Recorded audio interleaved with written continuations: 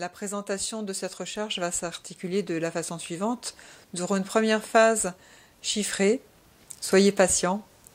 Une deuxième phase sur l'alchimie de l'être et de l'humain.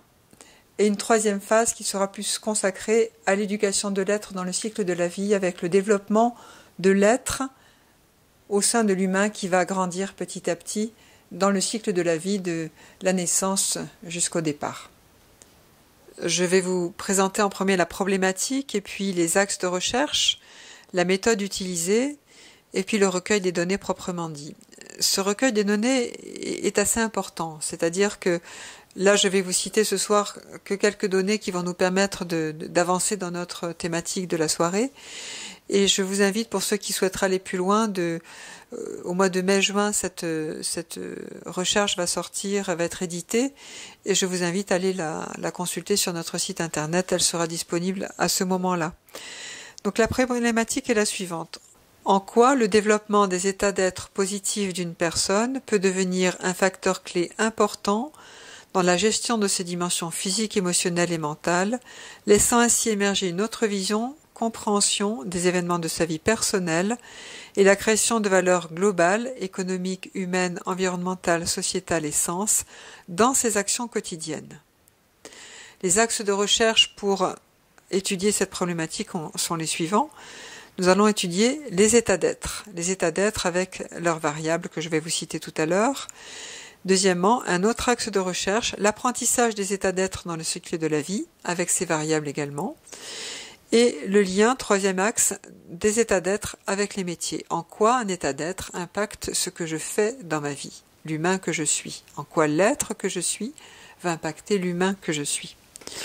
La méthode utilisée est une méthode dite inductive, c'est-à-dire qu'on va aller à la recherche de. Je ne vais pas poser des hypothèses au départ. Donc la recherche principale, c'est les états d'être. Donc les variables étudiées pour ces états d'être sont le nombre d'états d'être qu'une personne peut développer, les états d'être les plus fréquents qui reviennent, la stabilité de ces états d'être, combien de temps je peux maintenir un état d'être, stabiliser un état d'être, la profondeur des états d'être, le fait de passer de je sens, je suis, je crée, je rayonne, je transmets, j'enseigne.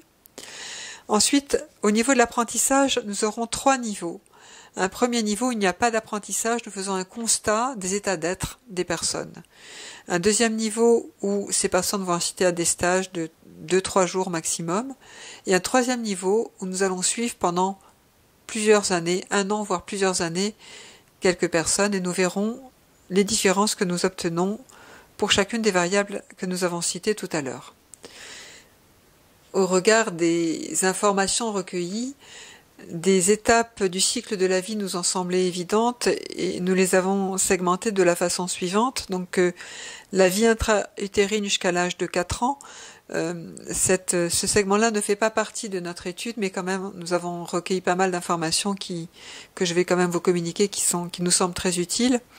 Ensuite nous avons fait 4 ans, 6 ans, 6 ans, 9 ans, 9 ans, 12 ans, 12 ans, 16 ans, 16 ans, 21 ans, 21 ans, 28 ans, 28 ans, 42 ans, 42 ans, 50 ans, 60 ans, 70 ans et 80 ans.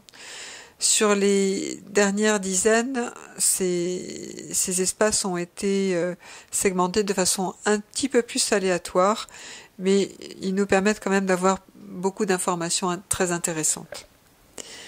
Je vais maintenant passer aux résultats proprement dit.